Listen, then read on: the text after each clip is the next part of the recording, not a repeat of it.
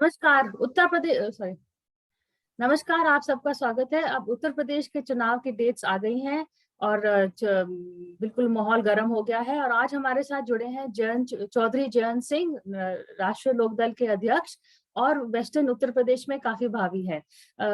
सबसे पहले चुनाव जयंत जी वेस्टर्न यूपी में ही हो रहा है। 113 मेरे ख्याल सीट्स का दाव है। तो इसमें आपसे सबसे पहले मैं पूछना चाहती हूँ कि आपका जो समाजवादी पार्टी के साथ जो आपका जो हुआ है गठबंधन, उसमें से कुछ तय हो गया कि आप कितनी सीट्स लड़ेंगे, वो कितनी सीट्स लड़ेंगे, कुछ इस तरह से अंडरस्टैंडिंग हुई है आपकी?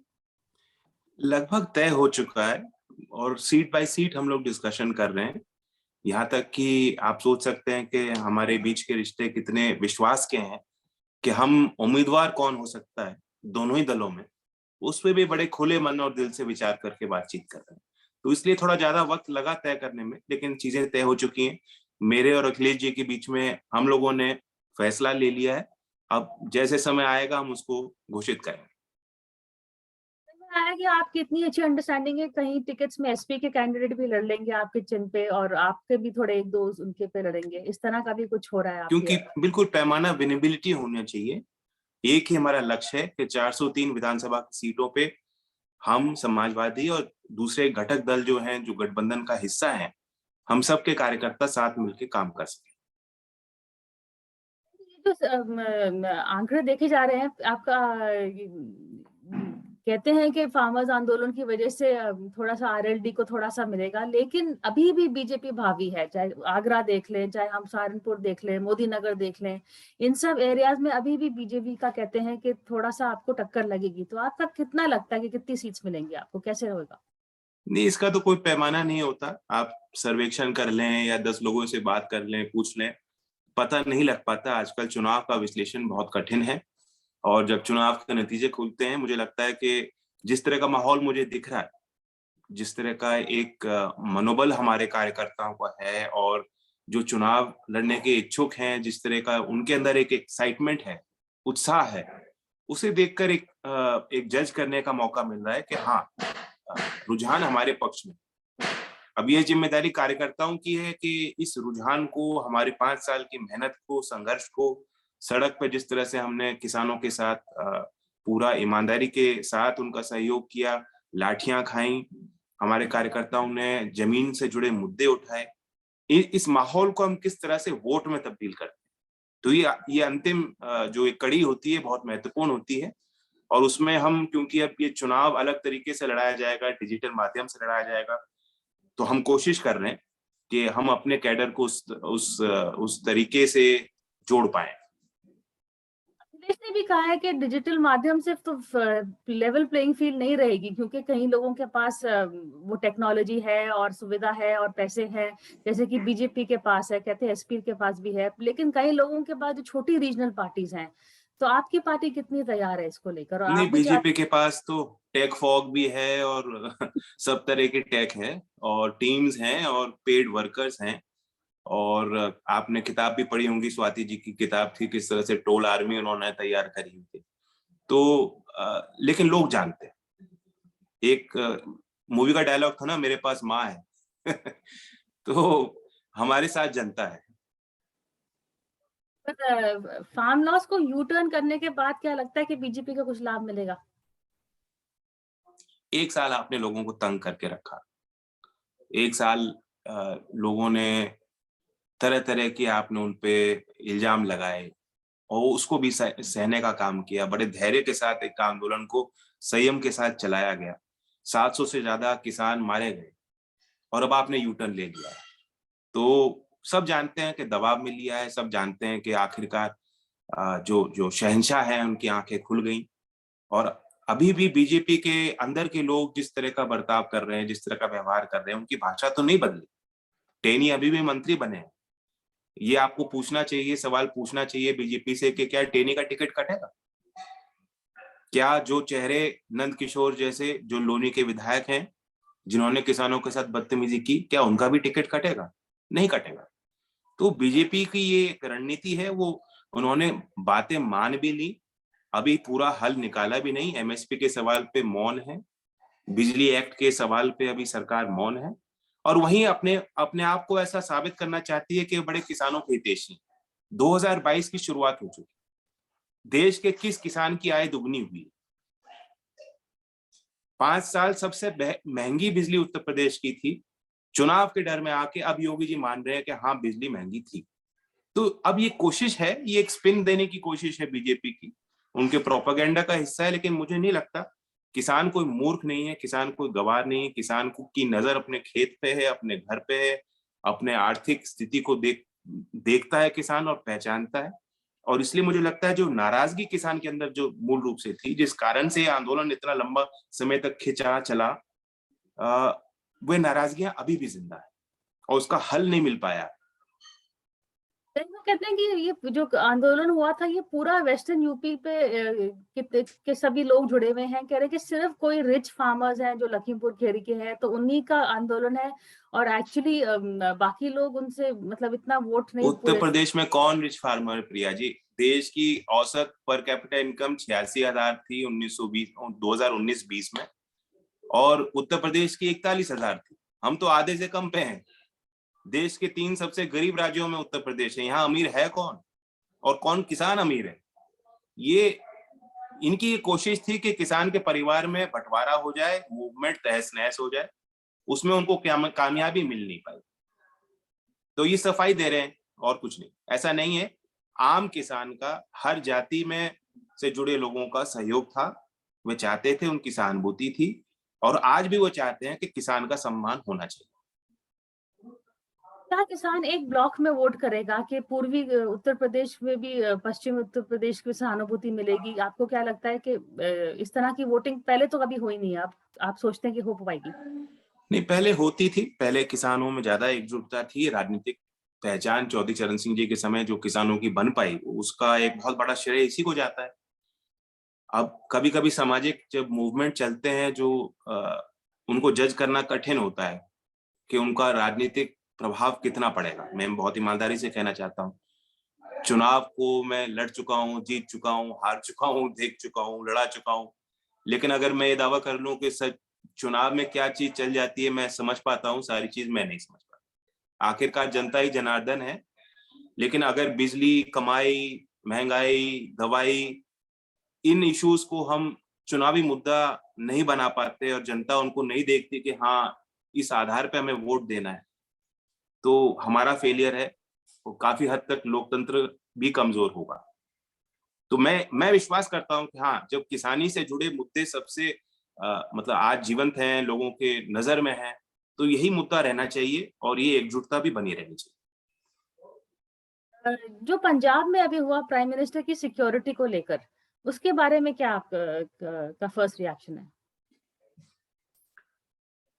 ये इनकी रणनीति है कि पंजाब को आइसोलेट कर दो। पंजाब में एक भी सीट आ नहीं रही हमारी, तो पंजाब को आइसोलेट कर दो।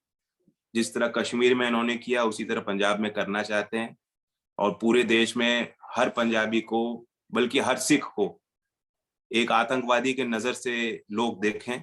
ये इनकी कोशिश है। तो ये हम सब के लिए बहुत बड़े अपमान की बात है, और इस षड्यंत्र में हमें फंसना नहीं चाहिए। पंजाब हमारे देश का हिस्सा है। पंजाब के किसानों ने लड़ाई लड़ी, हरियाणा के किसानों ने संघर्ष किया, उत्तर प्रदेश के किसानों ने संघर्ष किया। कल को यही अगर हम लोग आज शांत रहे ना, तो कल पश्चिमी उत्तर प्रदेश के किसानों के साथ भी ये सरकार ऐसा ही करे। तो इसलिए मैं इन चीजों को नहीं मानता। कोई ऐसा कोई खतरा नहीं था। 15 मिनट अगर आप पुल पे खड़े हो गए, पहले तो हेलीकॉप्टर के आपने जो पहले बंदोबस्त थे, आपने क्यों उसको बदला? और अगर सेंट्रल एजेंसीज प्रधानमंत्री की सुरक्षा नहीं कर पा रही, तो केंद्रीय गृह मंत्री को सबसे पहले इस्तीफा देना चाहिए। लेकिन ये देखिए, पहली बार नहीं हो रहा। हर चुनाव के पहले कुछ इस तरह की स्टंटबाजी और ड्रामेबाजी होती। ये बीजेपी ये भी कह रही है कि जो हुआ ये स्टंटबाजी, ड्रामेबाजी जैसे कि आप कह रहे हैं इसको, ये पंजाब के लिए नहीं हो रही है क्योंकि पंजाब में सही है, बीजेपी का चांस नहीं है। लेकिन ये हो रही है एक्चुअली मैं भी वही कह रहा उत्तर हूँ कि प्रदेश के मोदी जी लिए। Ultimate Trump card Modi ji भी यही है कि चुनाव किसी मुद्दे पे ना हो, उत्तर प्रदेश की जनता उत्तर प्रदेश की बदहाली को देख के वोट ना करे। वे मोदी जी पे खतरा है इसलिए वोट करते हैं। देश पे खतरा था, पिछली बार वोट किया लोकसभा में, अब मोदी जी पे खतरा आ गया, तो हम तो घटते चले आ रहे हैं। पर मोदी जी इशू बन जाएगी ना, वो ट्राई तो वो कर रहे हैं, चाहे कुछ भी करे, उनका है कोशिश जनता कर में रहे हैं, कुछ कनेक्ट। कोशिश कर रहे हैं, लेकिन अगर हम और आप इतनी खुली चर्चा कर रहे हैं, यही इतनी खुली चर्चा गांव के चौपाल पर, हर दुकान पर, हर गली पे भी हो रही है। चर्चा खुली हो रही है, लेकिन ये आजकल ये भी हो रहा है ना, ज्यादा क्वेश्चन करोगे तो फिर आप अपने देश के प्राइम मिनिस्टर को की चिंता नहीं है, आप नेशनलिस्ट नहीं हो, ये भी तो चर्चा फिर दूसरी तरफ करने लगता है ना। नहीं, अगर कोई वाकई कोई खतरा होता तो हम सब लोग उनके साथ खड़े होते। कोई नहीं चाहता उनकी सुरक्षा के साथ कोई खिलवाड़ हो। वो देश के प्रतीक हैं, देश के प्रधानमंत्री हैं, हमारे प्रधानमंत्री हैं, हमारे सम्मान के प्रतीक हैं, उसमें कोई सवाल नहीं। लेकिन मैं आपको बताऊं कि जो बंदिश टेलीविजन स्टूडियो पे लगती है, हम लोगों पे लगती है, वो आम आदमी पे सरकार, कोई भी सरकार हो, नहीं लगा सकती। आम आदमी जमीन पे है और जमीन के मुद्दे जान रहा है, पहचान रहा है, हमसे बहुत ज्यादा होशियार है। आप फाइन डिजिटल की बात कर रहे हैं, तो आप ये सब बातें कैसे आप अब सबके पास करेंगे? आपका रैलीज, इनफैक्ट देयर वाज आपके रैली में बड़ा वो कलोक्वल टच था, आप जाते थे, कुछ ना कुछ होता था, तो ये सब कैसे आप हाँ, हमने करेंगे? तो लोटा उठा दिया था कि बीजेपी के नेताओं से दूरी बनानी है, सामाजिक दूरियां बनानी है, सब कुछ किया था। लेकिन अब सच्चाई सबके लिए एक ही नियम लागू होना चाहिए। मैं तो कहूंगा चुनाव आयोग इसमें अगर सख्ती करनी है तो पूरी सख्ती करे। और मैं इसलिए भी कह रहा हूँ क्योंकि मैंने अपने परिवार में देखा है, हर परिवार ने इस चीज को देखा है, ये खतरनाक बीमारी है। अभी भी बहुत लोग इसको सीरियसली नहीं लेते। मैं अकेला हूँ जो मंच पे मास्क पहनता है, और मुझे बहुत लोग टोकते हैं, अपने लोग टोकते हैं, लेकिन मैं उसको नहीं मान रहा। मैं कह रहा हूँ कि मैं जिम्मेदार हूँ जनता के लिए।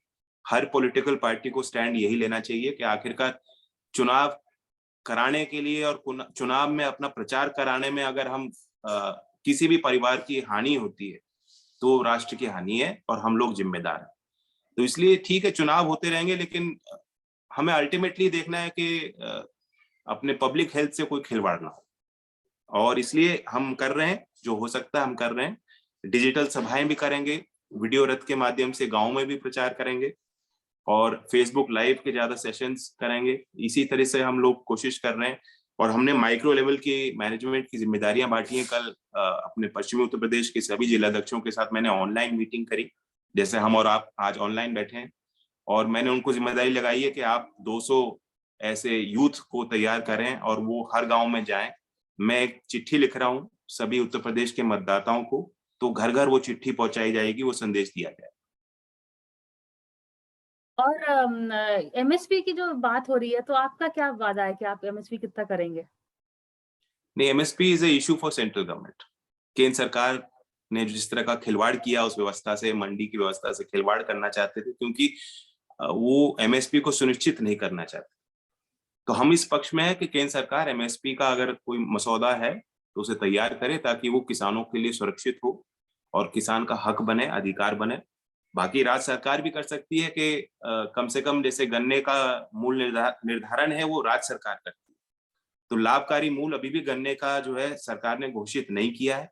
हमारी सरकार बनेगी तो लागत पे 1.5 गुना गन्ने की फसल पे भी सरकार घोषित करेगी, और दूसरी फसलों को भी अगर खरीदने की आवश्यकता पड़े तो राज्य की एजेंसी खरीदेंगे, ताकि मार्केट में इंटरवेंशन हो और उचित मूल्य प्रत्येक किसान को मिल पाए।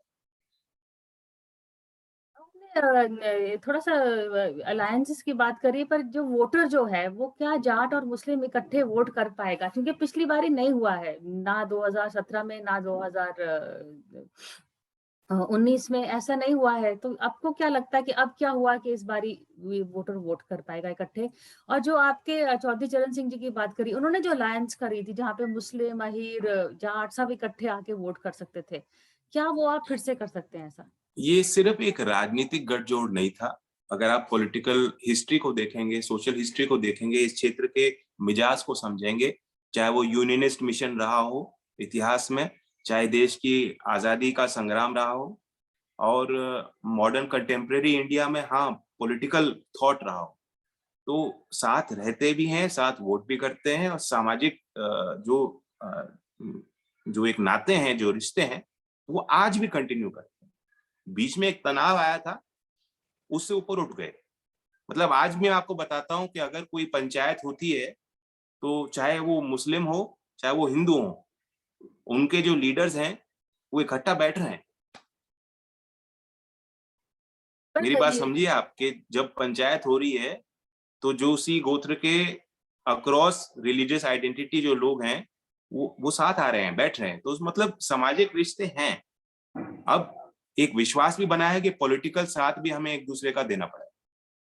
इसलिए मुझे उम्मीद है, पूरा विश्वास है कि ये तब्दील होगा। तो कैराना में हुआ था, उसके बाद ऐसा आपको लगता है कि उस तरह का वो रिपीट नहीं इश्यूज होगा? बदल गए ना। अगले पार्लियामेंट में हमारा जो अलायंस था, हम प्रॉपरली कम्युनिकेट नहीं कर पाए, साथ मिलकर काम नहीं कर पाए, और इशू बन गया जो पाकिस्तान के साथ एक वारदात हुई चुनाव के पूर्व, बिल्कुल, और उसका भी प्रभाव पड़ा हमारे क्षेत्र में। फिर से पाकिस्तान या जिन्ना की बात हो रही है, तो अखिलेश यादव भी जिन्ना की बात कर रहे हैं, क्या आपको जिन्ना छोड़िए, अलायंस अब तो औरंगजेब की बात होंगी। तक पहुंच गए? सही बोल रहे हैं। पर क्या लगता है कि आपको कि ये ओवैसी जो आ गए हैं बीच में, तो शायद मुस्लिम वोट वहां चले जाए, इसलिए फिर जिन्ना को याद कर रहे हैं और आपके लोग? मैं मुस्लिम वोट के लिए कुछ नहीं कहूंगा। मुस्लिम वोट भी एक सामान्य वोट है, वो भी, उसके लिए भी वही इश्यूज हैं जो हिंदू वोटर के लिए इशू हैं। मेरे लिए ये मायने नहीं रखता कि मैं हिंदू हूं तो इसलिए मुझे वोट मिलना चाहिए हिंदू का। ना ही किसी वोटर को ऐसा सोचना चाहिए। मैं नए ख्यालात का आदमी हूँ, मैं एक यंग आदमी हूँ, और मैं जानता हूँ कि हमारा जो यूथ है वो एस्पिरेशनल है, वो बड़े सपने को देखता है, वो मुख्यधारा में आना चाहता है। उसके लिए धर्म के विवाद और ये सब कुछ नहीं, कोई मायने नहीं रखते। वे रोजगार को लेकर परेशान है, अपने विकास को लेकर परेशान है, अपने भविष्य को लेकर परेशान है। और अगर कोई एक उम्मीद है, वह उम्मीद कर सकता है कि जब हमारा गठबंधन बनेगा, हमारी प्राथमिकता उस नौजवान को। पर ये भी है ना कि दिस इज आइडियल वर्ल्ड, लेकिन जो रियलिटी, ग्राउंड रियलिटी है, तो उसमें धर्म और ये सब चीजें आ ही जाती हैं बीच में। जैसे कि अभी अखिलेश यादव भी कह रहे हैं कि मैं, भगवान कृष्ण मेरे सपने में आते हैं, तो वो इसीलिए कह रहे हैं क्योंकि उनको एक धर्म वोट की को टारगेट कर रहे हैं, नहीं तो फिर ऐसा नहीं क्यों होता बोल? क्या है ना प्रिया जी, क्या आजकल वो समय नहीं है। आजकल आपकी कोई प्रिवेसी नहीं होती एज ए लीडर। 24 घंटे आपकी जवाबदेही है, आपके जीवन का हर पहलू जनता के आगे होता है। अगर आप धार्मिक व्यक्ति हैं और धर्म में विश्वास करते हैं तो वो चीजें भी जुबान पे आएंगी, वो भी जनता के बीच जाएंगी, लेकिन वो आपके राजनीति का आधार नहीं है। अखिलेश जी ये तो नहीं कह रहे कि मैं कृष्ण भक्त हूँ इसलिए सारे कृष्ण भक्तों को मुझे वोट देनी चाहिए। वो अपनी ही तो बात बता रहे हैं। उसमें कोई बुराई नहीं। आस्था प्राइवेट है, चुनावी चीज नहीं होनी चाहिए, ये कह मैं रहे हैं। बिल्कुल मानता हूँ, आस्था प्राइवेट है, बल्कि हम तो दूसरे पक्ष पे खड़े रहते हैं हमेशा। हम तो ये कहते हैं कि प्रदर्शित भी मत करो, अपने तरीके से मनाओ, सब त्योहारों को मनाओ। हमारा वर्कर सारे त्योहार मनाता है, वो ईद पे गले भी लगाएगा और दिवाली पे मिठाई भी बांटेगा और खाएगा। पर उसमें वो जो 80 और 20 का जो डायलॉग चलाया है ना आपके योगी आदित्यनाथ ने, वो कैसे फिट होगा फिर? तो 80 के लिए काम कर लो। कौन सा 80 के लिए काम कर पाए योगी? आप देखिए, मैन्युफैक्चरिंग यूपी में नेगेटिव ग्रोथ है योगी के 5 साल में। -3% की मैन्युफैक्चरिंग डी ग्रोथ हुई है, हम घटे हैं। मैन्युफैक्चरिंग में ग्रोथ नहीं होगी, कौन से कारखाने लग जाएंगे? आप कितने इन्वेस्टर समिट कर लीजिए लखनऊ में, कि हजारों करोड़ आना है, अरब पति बन जाएंगे लोग। कहाँ आया पैसा? तो निवेश ही नहीं हो रहा उत्तर प्रदेश में। और अगर आप देखेंगे किसी भी पैमाने को, स्वास्थ्य पे नीति आयोग की रिपोर्ट आई है कि हम सबसे खराब स्थिति में है। एजुकेशन में बड़ा हाई है ड्रॉप आउट रेशियो, सरकारी स्कूलों में कोई व्यवस्था नहीं है बच्चों के लिए। तो कोई पैमाना होना चाहिए विकास का। हम आपकी बात इसलिए मान लें क्योंकि आपने पूरे देश में अपनी होर्डिंग लगा दी और प्रचार कर दिया, वो काफी नहीं है लोगों का। थैंक यू, आपने इंडिया न्यूज और हमसे बातचीत करी, उसके लिए बहुत बहुत धन्यवाद। और and we take a short break and come back and continue this conversation. Hello and welcome back to a conversation with RLD President Chaudhry Jayant Singh. Jayant, before the break, we were talking about what is happening in the elections and all, but I forgot, one partner which is non-BJP but not really in your camp is the Congress, and the Congress does have a sizable or some influence in Western UP also, at least on ground. So why not take them along? You have a good equation. See, we are not creating a front against anybody. We are looking at what is feasible, what is called vyavaharik, practical, implementable, and something that is sustainable. We're not creating a front against BJP. We're creating a platform of hope for development. And I think there you need a certain sort of understanding at a deeper level, and you need a shared vision. And Congress doesn't fit in that vision, on that scheme of things for Uttar Pradesh in this election for now. Is it also because that Akhilesh feels that the Congress doesn't really translate into votes? He had a very bad experience with them in the last elections. I can't say anything for his assessment of Congress, but I'm telling you on ground, when you look at it, when you look at their presence and look at the last 5 years, at their organizational activities, it is not at a level where an alliance partner can be assured that yes, their workers will unite and vote for your candidates on your symbol. So that transferability is perhaps a little low. Jayant, एक और speculation है आपके बारे में कि अगर supposing हंग parliament हो, हंग assembly होए, तो will you do business with the BJP ever? You see, there has to be a basis for that argument and that accusation. We've been in the opposition for so many years. For almost 2 decades, we've been out of UP government. If we had wanted to, we could have aligned with governments of the past. I've lost 2 Lok Sabha elections. If I had wanted to, I could have switched sides. I haven't. So there is a certain consistency that we have displayed. If BJP does a lot for farmers, then maybe farmers will say that, aap kariye. There's not a single farmer, not a single old RLD supporter who wants me to tie up with BJP. So why will I divorce myself from those realities and jump into a cesspool where there is no future? But what about the Jats, which is also your primary vote bank? Do the Jats vote as a farmer or do they vote as a Hindu? I got into trouble in the last election because I get tired of questions thrown at me that what will Jats do? And I said that I can't speak for the Jats. And then BJP used that video and they sort of portrayed it in a different light. I'm in we can call it a Jat family, and we've grown up in that certain cultural value system, and they are the people who have a shared affinity with us. But we have to have a larger vision in politics. I'm not here to just look at a Jat equation or work for just one community. It has to be a larger vision, and therefore I can't really speak for what the Jats will do. But yes, I know that they will stand by their history, and there is a strong undercurrent between all the farmers, and not just Jats. Even in this current movement, you would find Tyagis, Kashyaps, various communities that are hardworking farmers.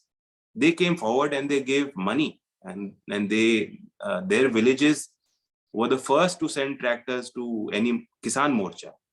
So there was a wider participation, and I do believe that there will be a wider political footprint that farmers will leave, and farmers are very, very concerned that governments are not abiding by their promises to farmers, and they want to create a political constituency. They want to use their political capital to put pressure on all their representatives and all governments. So I think that's why socially, yes, we may be divided or living our own lives, working within our own systems, but when it comes to politics, farmers do have a sense that they need to unite and rally behind a political outfit that is pro-farmer. Which is interesting because in Punjab, they did not find that outfit, which is why farmers have floated their own party. But in UP, they perhaps feel that you are that outfit. The difference, Priya, is that I did not see that wholehearted participation from other political parties in the entire movement. From the first day I was going, there were a few other leaders from other parties that were going in their own way. I served langar in all the Kisan Morchas I went. I did not go and say, I want to sit on stage. I did not go and say, I want to give a bhashan. I did not want to go and say that vote for Lokdal because I am here. So I did none of that. I participated as a normal person, as a young person who's concerned and who has solidarity with the farmers. I think that message went across to all the organizations, the umbrella organizations, the farmer organizations, and the farmers who were participating. So उन्होंने मुझे आशीर्वाद भी दिया, and I think उसके बाद when I realized that there was a certain problem with the farmer leaders sharing political stages, I organized 50 or 55 Kisan Panchayats organized by RLD.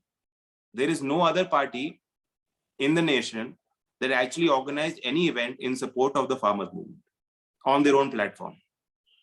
No one did it. So I think that's why I can openly say that yes, that farmers movement should help us. They must come with us and they must help us politically.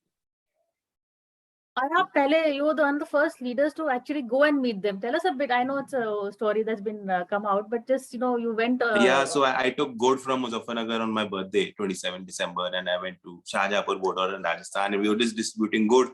And then a few farmers started recognizing कि आप कौन है. So बात हुई, अरे चौधरी साहब का नाती आया. So there was excitement.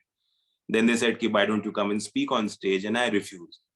So instances like that, I saw Dipinder Hooda was also, doing a lot of service. तो अगर आप सेवा भाव से जा रहे थे तो दिल तो बहुत बड़ा होता है किसान का. वो आपको साथ भी बैठा रहे थे और वो आपको भोजन भी खिला रहे थे और वो पूरा आशीर्वाद भी दे रहे थे. And instances where I saw entire families were there. The little children, I'm not able to go to school. I mean, they've just left their village, their home. So there was a lot of sacrifice. That's something they won't forget in a hurry. Supposing the BJP, makes, I believe a lot of them also returning the free subsidy that is being given by the government. It was a complete failure of communication from government. That arrogance, the attempt to portray this as a non-farmer movement or not a real grassroots movement. I think it was an intelligence failure. They did not realize the impact of this, the political impact and the social impact. And it was a dangerous game that they were playing. I thank God that finally UP elections have forced them to realize their mistake. And I hope that they are able to stay the line at least till 2024. They do not again make these mistakes. Last question to you before I let you go. Do you think the road to 2024 is 2022? Amit Shah saying so. Yes, I think initially they did not want to say that, but now they want to say it because they want to make it about central politics and about Modi ji, so that we do not look at Yogi ji, because actually no one voted for Yogi ji. Yogi ji was not the face. And I think the way, again, they're trying to undercut him as well and make it about Modi. So I think that is their attempt. But yes, looking at the size of UP, looking at our politics, looking at the way we impact politics in the nation, UP will have a large role, and UP's elections will create a narrative and will create a sort of platform. I believe the opposition must take hard lessons from this election and must organize and take confidence and faith from this election that we can fight and we can win. Decisive election, more ways than one. But thank you so much for talking to us, Jayant Chaudhary, and wish you all the best for these elections. Thank you. Thank you.